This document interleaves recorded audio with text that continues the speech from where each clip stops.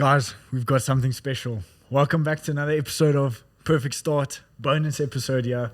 Got some quite familiar faces in the paddle world in South Africa to the left of me. On the far side, no stranger to the episode, my co-host Chevaan. Chevaan, welcome. Right next to him, member of the Gayle Paddle Club, Naeem. Naeem, thanks a lot for joining us. And thanks, then Nick. Just to the right of him, the chairman of 360 Paddle, which we've given quite a lot of airtime on this podcast, so no stranger. Mohammed, thanks for joining us as well. Thanks, Nick. Guys, thanks a lot. The idea here, and it's exciting, I'm almost getting goosebumps wanting to talk about it, is to chat all things SA Invitational. A bit of a joint venture between Gayle Paddle Club and Paddle 360 from my understanding. So yeah, let's get straight into it. Just Mohammed, Naeem, I don't know which one of you wants to start, but how did this idea come about? Just give it to us. Yeah, look, I think the excitement is palpable. We are exactly 30 days away. The nerves on mine and Naeem and the rest of the team side, more than anything else. The idea essentially stemmed, we were a few of us standing outside KCC whilst Augsburger smashed the hell out of everybody last year at the Durban Masters, and we saw the actual demand for people wanting to watch Augsburger play South Africa's best players at a packed KCC, and gave us thought that the South African market may be ready for international paddle. And I know Gayle were having their own discussions internally at that point amongst themselves around how this can be done. At 360, we had a post-Johannesburg League debriefing meeting, and this issue was brought up, or this idea was brought up. And I think myself included, a few of us were quite circumspect about what it would take to do this, and never in our wildest dream did we think we were going to do it at this scale and scope. I think one of the members, who's sort of a common denominator between Gayle and 360, said, guys, we're going to make it big or we're not going to do it at all. You know, go big or go home. We're going to get the 16 top players in the world to come. And I walked out of there literally saying, you're talking rubbish. We're not going to do this. It's not going to happen, at least not in the next year. We need to get FIP approval. We need to get this, that, and the other. And I only found excuses for why it can't happen. So yeah, that was just the start of it. And then I know Naeem and Mamzi, one of the other members of our team, were in Barcelona for the World Finals. In December, yeah. So that actually was a really awesome experience. I mean, when we were there, the opportunity that we had, we were given to see these players perform live, and I remember coming back and telling the guys, like, You don't understand, when Augsburger smashes, or when Augsburger wasn't there, it was Tapia. When he smashes, you don't see the ball leave his racket. You only see it after it bounces, hits the glass, and then's coming back. Yeah. And the guys are like, what you mean? Like, we're watching on TV and it's not that quick. Yeah. And I was like, no, like, you really don't see the ball, you know? And that for me was a big eye-opener, because that kind of showed you why watching live is so important, because you don't understand the intensity. And I think, Chevaan, you were there on Thursday, when we had the press release, and that's what Mike Young was and Bella and Gonza were talking about. You don't understand the intensity at which these players play, you know. And watching paddle, I mean, Chevaan, you can attest to it. A Chiquita looks like probably the easiest shot in the game. It looks so simple. But when the ball is coming to you at that speed and that spin, it's not that easy, you know. And you only see that. Bella's exact words was the speed, the spin, and the angle. 100%. You can't see on TV. Yeah. It's something you can only see when you watch it live. When you're watching live. So I think then you guys made a contact with John Sands. Yeah. And I was then driving for my holiday in December, and I got a call from one of the guys saying, we've got Chingotto's agent on the line in the next 30 minutes. You need to make yourself available. And I was like, you got to be kidding me. You probably have Chingotto's agents, fourth cousins, domestic helpers, you know. And we got into the call, and yes, it was someone that was part of the Chingotto's team. So Chingotto was actually the first player that we we approached, and ironically, he's not coming. So after that call, I was in two minds about this. It felt surreal that you talking so frankly and so easily to an agent of a player who's sort of laying down what their requirements would be. We had the first call, and that sort of opened up the doors, and they started telling other agents about us, giving their numbers, and we started then calling the other agents and having more calls, and one thing led to the other. We started speaking to more agents, and until about Feb, we still hadn't yet crystallized this whole thing. And I think once we got the Galan team on board through, again, discussions with the agents, I think then it became real. And I actually wasn't around, and I asked the guys, I said, I'm only going to believe you when I see a signed document. And they forwarded me the signature page of the contract. And it was a bit surreal to see, 360 Padel and Gayle, and then Ali Galan as the counter-signing party on the document. I can imagine. And I think that after that, once the Galan piece was in place, things started falling into place a lot quicker. And how much of a snowball was it after that first signing? Massive. Because it felt, for the fans who weren't in the inner circle, just watching the social media posts, it felt like, oh my word, like everyone was, how many are they bringing? And then I remember being interviewed by Saf, also part of the Padel 360 League, after my Pretoria Padel 360 match, and he asked, what do I think, what's happening, how many people I think. I was like, okay, maybe one more, and it's not going to be this guy, and definitely not Tapia and Coello, which was the last people that he announced. And I was just wrong. I was like, I didn't think I was underestimating Padel 360. I thought I was giving them a good range, because I think at the time they announced 4. Yeah. And I was like, okay, I think you'll get another 4 or another 2. And it's probably going to be Paquito and like, I don't know, someone like Layal. Yeah. Like Paquito and Layal. So we live for the shock factor. I think 360 Padel, above anything else, we love to entertain. And I think the way we do things, you've been part of 3 of our leagues now, you know that for us it's a lot about the players, a lot about the entertainment factor.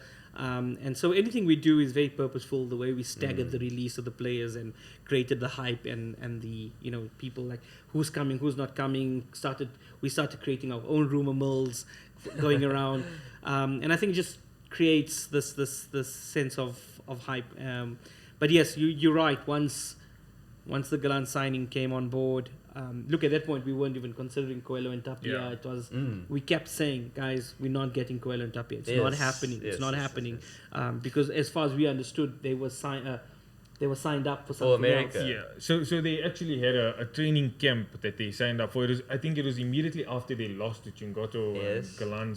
At some point they like, okay, this is what we need to do. Or they lost at some point in one of the tournaments, and they were supposed to do that. Because this is one of the only gaps in the calendar. Exactly. So that was one of the reasons why they weren't supposed to come. Then Coello eventually towards the end was like, okay, listen, I'm on. Like, I'm keen. And Tapia was still out. He had some knocks court opening or something. And he was also not supposed to come. But I think, like you talk about a snowball, what was really cool was eventually player agents started calling us. They're like, listen, we want out. Exactly. It was like phenomenal. I remember speaking to Mamzi because he did a lot of the dealing with some of the agents. And he's like, okay, sorry, bro, I need to go. Garrido's agent is calling me. I'm like, do you realize what you're saying? You know? You're talking about one of the players in the top 15, top 20 in the world, and his player agent is calling you because he wants to come. So that was really, I mean, we got calls from. It was unreal. And eventually you're going to start telling people, listen, it's full. It's full. Like, it's like a 360 tournament. Yeah. They'll put you on the waiting list. Look, I think, Afonso and Aguero, really wanted to come as well. It's just, we didn't have enough space in the roster for that. But anyway, yeah. Yeah, and guys, I just want to anyone listening, I just want to exclaim what exactly this is. So this is 12 of the best players, not in South Africa, but 12 of the best players in the entire world that in the paddle scene that you are able to bring to South Africa to come and put on, as you've marketed it, and rightly so, the first time South Africans are ever going to see these guys on home soil. So that I think must just take a second to comprehend what you're doing here, because I think it's easy to discuss it, and it's a lot of discussion and planning and this and that, but at the end of the day, the magnitude is just so much. So it's really exciting. And again, Gayle and 360, thanks for giving the South African paddle community this opportunity to see these guys live. So I'm not sure if you want to add anything to that. At some point, we were just dropping these names on the social media, and like the first day, like our phones were blowing up and everyone couldn't believe it, and we're getting hundreds and hundreds of messages. And I think by the time we launched the 6th, 7th, 8th player, people were like, it's one of those things. They just dropped another player. And I was actually telling the guys, like, I feel like so deflated because we're dropping these biggest names and people are like, I almost think of that gladiator meme, you're like, are you not entertained type of thing. It's like, I don't know what more to do because we're dropping the biggest names, and it's like, are people taking this for granted? Having watched the Qatar World Cup finals last year, I know the levels of these players that are coming down. We watch Diamond League week in and week out, and we see the levels and we like exclaim and gasp at the amazing shots of Richard and Jason, and to take nothing away from Richard, Adam, Jason, and Chevaan and the like, it's several notches higher, and I think even our players will acknowledge that we're going to see something never ever seen before on African soil. So the first of its kind on African soil, because even the new Giza P2 doesn't attract the players. Yes. So this is the first time that on African soil we are going to see this. So I think it's such a momentous occasion. We trying to upplay it, so we hope guys like you guys really do spread the word that, guys, this is no small tournament that's taking place. No, and there isn't. I mean, Chevaan, we've spoken about this a few times on the podcast. Actually, it's one of the episodes that we've recorded. We actually specifically lent into this, and we was talking about how the South African paddle world is evolving and how our players are starting to play on the international scene, going to FIP tournaments around the world. But the gap between that level that we see on a day-to-day and the level at that top level, seeds 1, 2, 3 to 20, is just out of this world. I mean, Chevaan, you can maybe attest to this, being there last year. One of the things you said is something like seeing Koki actually blocking Tapia's smash or Augsburger's smash in real life is just completely insane to experience. A little bit on what the guys can expect to see.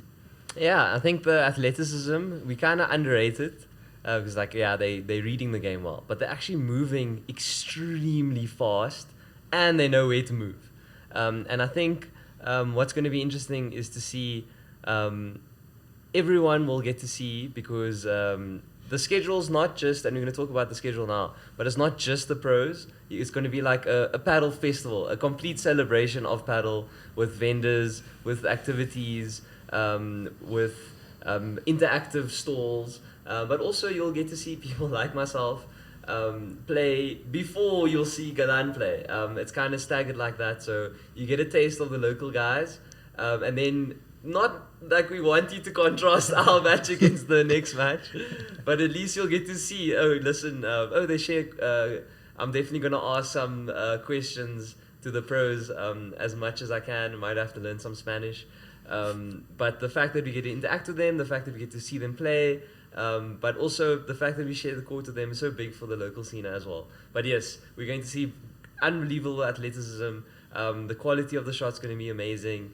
And what I'm going to bounce back to our guests is we do want to see them play at their best level.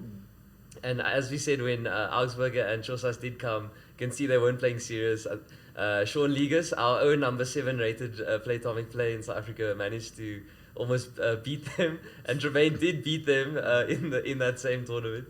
How are you going to get them to really show off their best? So I think the format that we have with creating 2 teams is the first start. So we pitched it, the Galan versus LeBron, and that was when we had Galan and LeBron as our feature players. Obviously, adding Coello and Tapia as the number ones did change a little bit, but we felt to stick to the narrative of Padel's greatest rivalry, because we know that that space is evolving between Galan and LeBron. So I think just by pitching them as on opposite sides already is going to build competitiveness. The way we've structured the event is not an exhibition, so it's not hit and giggle. There's something to play for in every match. So every match on day 1 is worth 1 point. Every match on day 2 is worth 2 points, and every match on day 3 is worth 3 points. So teams playing for 18 points in total over the course of the event. And yeah, it's whichever. The guys are playing for massive bragging rights. You know, they're playing against their partners. They're playing with new guys. So we're building this rivalry, obviously within limits, for the guys to take it seriously. And having chatted to the tournament director and the like, they feel that this is the right way to go. So I think we have the right format that's going to allow for the players to take it a little bit more seriously. But I think very importantly is that we are 2 weeks, our event happens 2 weeks before the second half of the season kicks off. Yeah. And a very important second half of the season kicks off. And so even, you know, your Tapias and Coellos have said they've opted not to go on the optional safari that we're offering the guys on the Thursday, and they said they want to train because, you know, it's part of their pre-season training. So I think the guys will be taking it a lot more seriously than... Because they're still in the middle of the season. 100%. Yeah, so they're in the middle of the season, but it's the 1 month season break. Yes. So it's an important mid-season warm-up period. This is not a post-season break where they can chill. No, not This at all. is very much, as soon as this is done, they have non-stop paddle until December. Yeah. So I think you kick off immediately after the event with the Madrid P1. So it's not even a P2 event where you have slightly lower player, lower That's where ranked Adam players. and I went last year 100%. to go see them play. I mean, it's a top level tournament that they need to prepare for, and I think Mike Young was also alluded to it at the press conference where he said that this isn't just a tournament for us; it's more of a pre-season preparation to get ready for going into P1. Yeah, if we even look at the players' schedules and their requests, they've requested that they leave as soon as the event is done. So like Sunday night, 11 p.m., they're flying out of Joburg, because they want to be in Madrid ready for training on Tuesday morning. So it's only Bella who's going off to Cape Town with his family and going to enjoy South Africa. The rest are all leaving the country by 11 p.m. on Sunday Makes night. sense. And I think that's just a test to the level of sportsmen these players are, right? I mean, a basic example that you gave, Mo, is they opted out of a safari. I mean, for people who visit South Africa, one of the biggest things you want to do is go on a safari.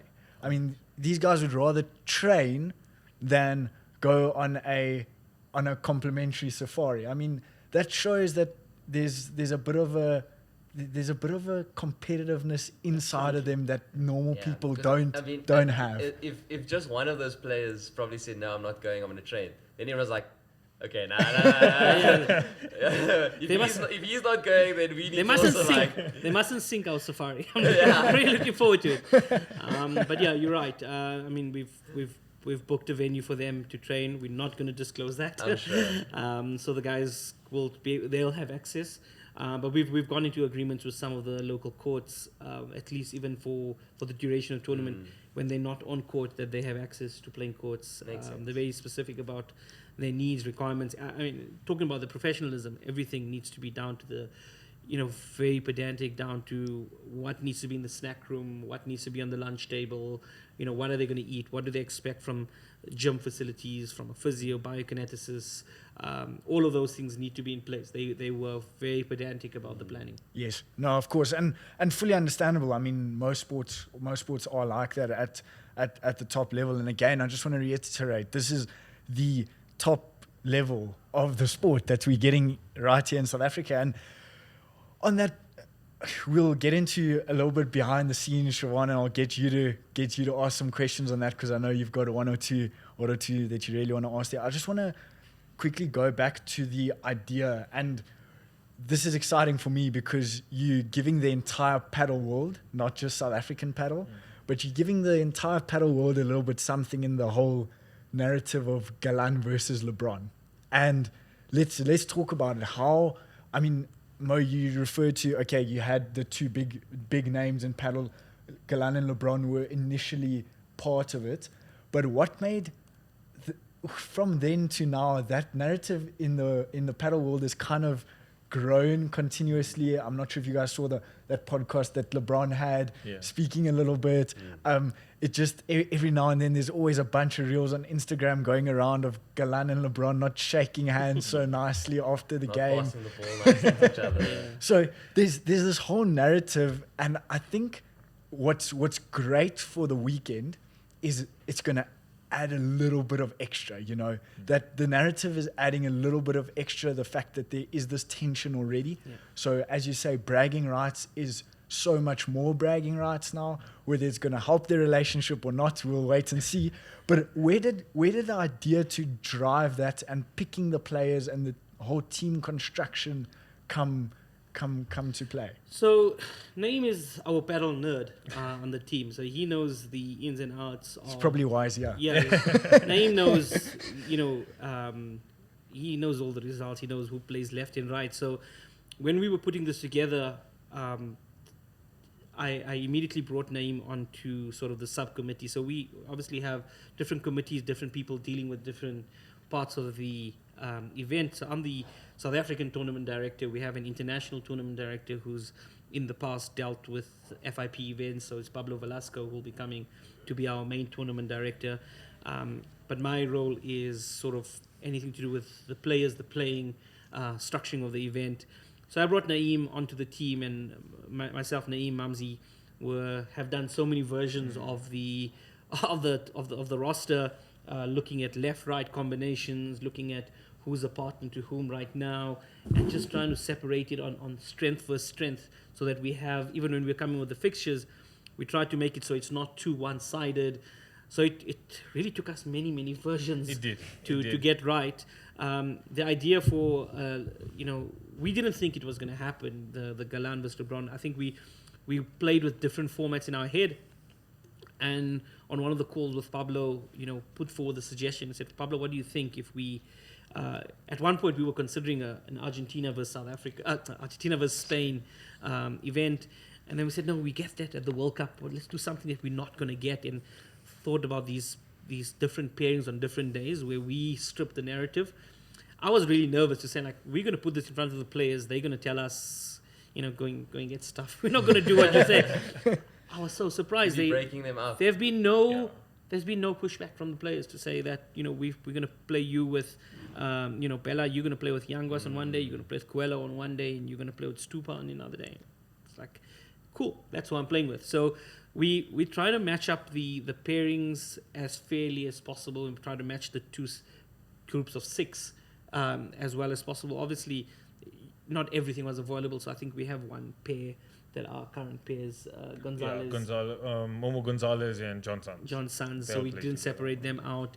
But by as much as we could, we've separated the pairs out. So to a large degree, Nick, the idea, and Chevaan, the idea was, in the paddle space, everyone has their opinions on every player, on every pair, who's carrying who, and who would do better with another player, and that sort of thing. And one of the teams that we actually set out, these fixtures were done quite a while ago, and one of the teams that we came up with was Leo Augsburger and Martin Dineno, which now is an actual pair. So we kind of, it kind of feels good that we kind of foresaw that happening, and wanting to see what that would be like, Yes. Because obviously, if you look at Hal Cardona and Augsburg, they are one of the only teams to beat the top 10 players. But the idea of kind of having a more solid right-side player for a guy like Augsburger, what would that entail, and how would that change his game? How would that improve his ability and allow him sort of to play freely, And so we came up with that fixture, and now we can see that that's actually a new pair that's going to be in. I think it's Tarragona. And even for Cardona to have a less dominant aerial guy. Exactly. What is it going to change for him? How would that impact him? So we've got Cardona paired with Galan, who is actually quite a strong air just player. Not like someone who's going to jump around like Augsburger. 100%. And then we've also, I think we've paired Cardona with Stupa, who yes is quite strong in the air and quite good But with it's his more overhead. tactical with his Exactly, overheads. it's more rulos. It's more less raw power like Exactly. Augsburger. So just to see how that would play out, and that's the what ifs. If you go into any podcast, I'm sure you guys must have spoken about that at some point as well. Like, what if this player pairs up with the, and you'd see we So you kind of took answered all of those You questions. took a lot of care into making it Yes. for the fans. 100%. Like, what is going to be the most interesting thing as a paddle fan or very much a paddle enthusiast? What is the most interesting thing that you would want to see? 100%.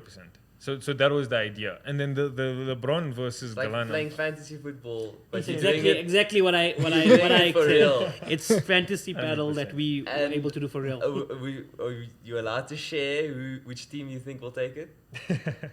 I'm a big fan of Galan. I mean, irrespective, you could have put him with the bottom 12 of the world, And you still would have backed I'd him. still back him. So, I understand. yeah. Yeah, no, it's exciting. I can't wait, to be honest, and just to see that all year. I think there's a magnitude behind this event.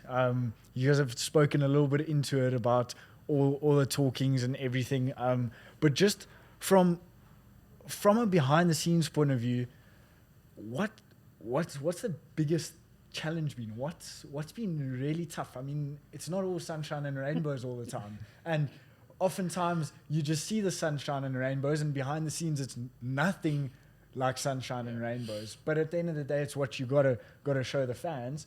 But what's been a few challenges, a few inside? Give us a little bit something of a mishap that happened here that you thought was gonna happen. Is there? Yeah. Moms, Into I'll leave that one to you. Nick, I don't think we have enough time on the podcast to go through the challenges that we face. Look, I think Would you ever have enough time? no. Look, it's we'll tell the real story once everything is done and dusted.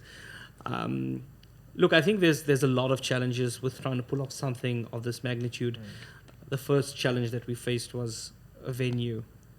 We went venue to venue, indoor, looking at potential avenues that could accommodate us, and we struggle, and we know that ideally we'd love to have been in an indoor venue where we don't have to worry about the elements at all, and there was nothing that could house what we're trying to build here, and if it was available or if it was fit for purpose, it wasn't available.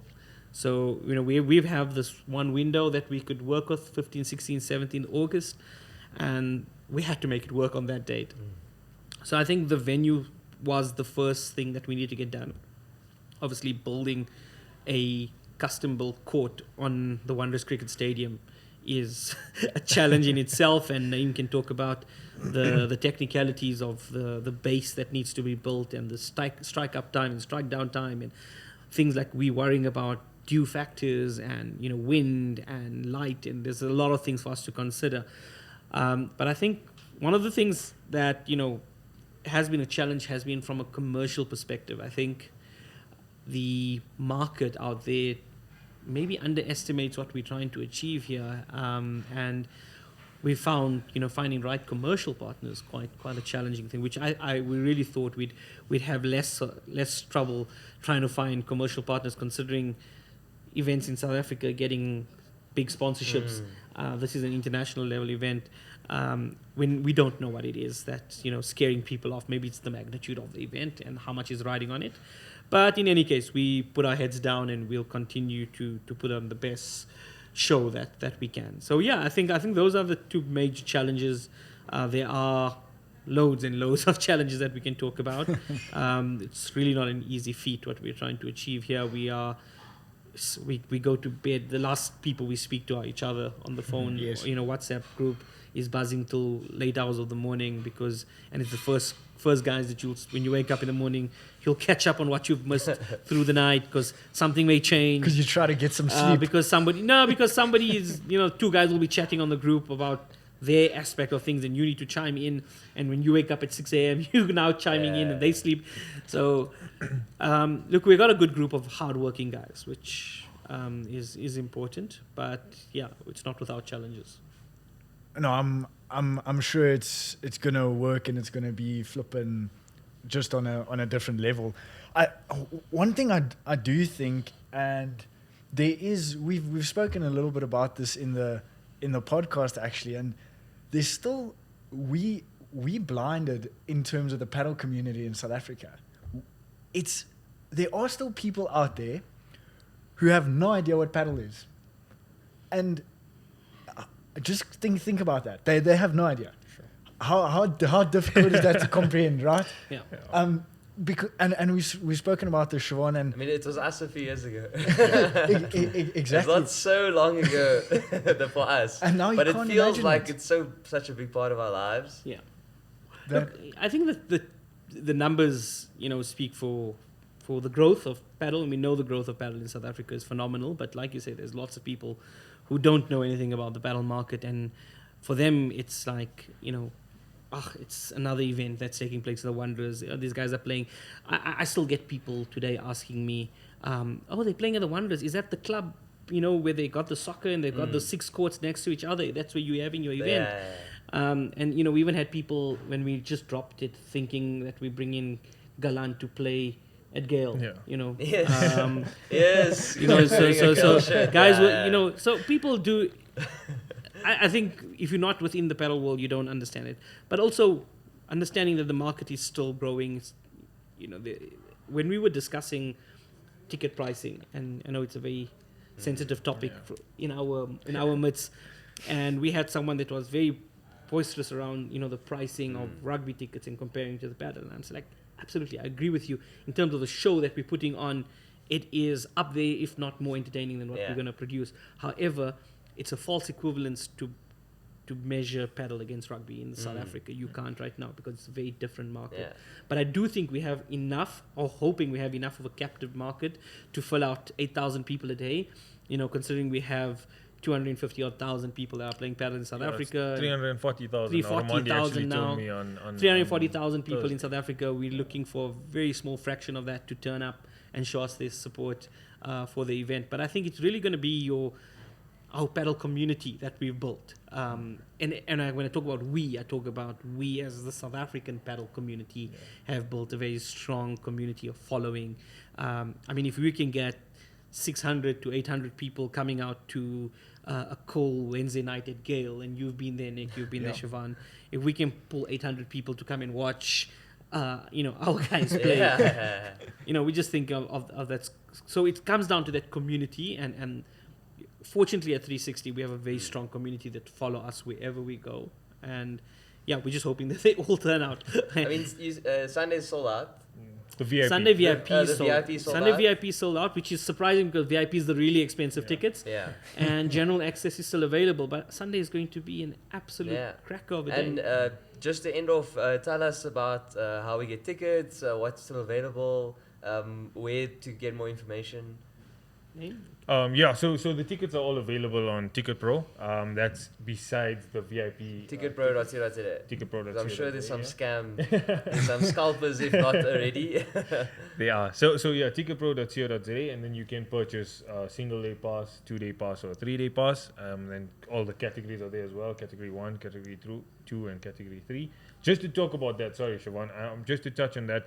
I mean, I went for Barcelona finals. Yes. And there's not a single seat in the Wanderers Stadium that's worse than where I sat. Yeah. And I paid ridiculous amount of money to watch that. But to watch it. I can second it. When at the media launch, they showed us exactly where the furthest place someone could sit is. Yeah.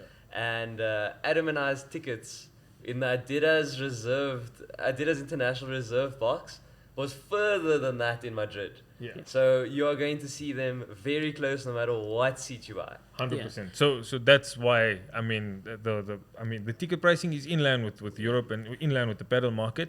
But your seats are definitely better. It's going to be more entertaining than I think watch the Springboks destroy Italy. 100%. Or the red card as well. Springboks are playing Australia on that Saturday, so that's something we're contending with.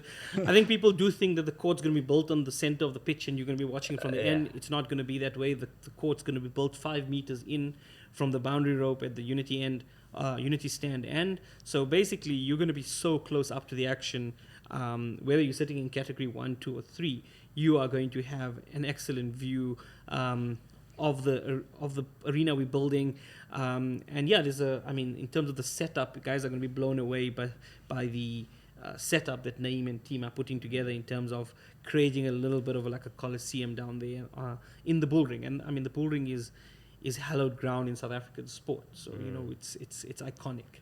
Yeah, I think I've said enough times how excited I am for this event, but just so you guys know, we'll have the link in the bio of this YouTube video. We'll also, whenever we post reels, we'll make sure to tag SA Invitational. If you don't follow them, go follow SA Invitational. I believe on Instagram, the link to buying tickets is in the bio there as well. Guys, this is not... If you watching this podcast, it means you like paddle. Especially if you made it to this point. So then you like it a lot. You have some sort of draw towards paddle. So just go there, buy a ticket. Don't miss this opportunity to be part of one of the first, or not one of the first time we're going to see these guys in South Africa. I think we could sit here, guys, for a few hours and talk, and I'm sure we'll get talking in the future again, maybe closer to the time. We'll see debrief if maybe we can, after the event. Then we can maybe hear about all the challenges. But Chev, any last things from your side? You wanted to any question, a bit of a cheeky one? If you don't want FOMO for our next few episodes, definitely go watch, because I'm sure Nick and I will definitely be speaking about it quite a lot. But sure. yes, thank you to Padel 360 and Gayle for all the hard work going into the event, and I will definitely be seeing you there. Thanks a lot for having watching, us. guys. Thanks so for much. joining.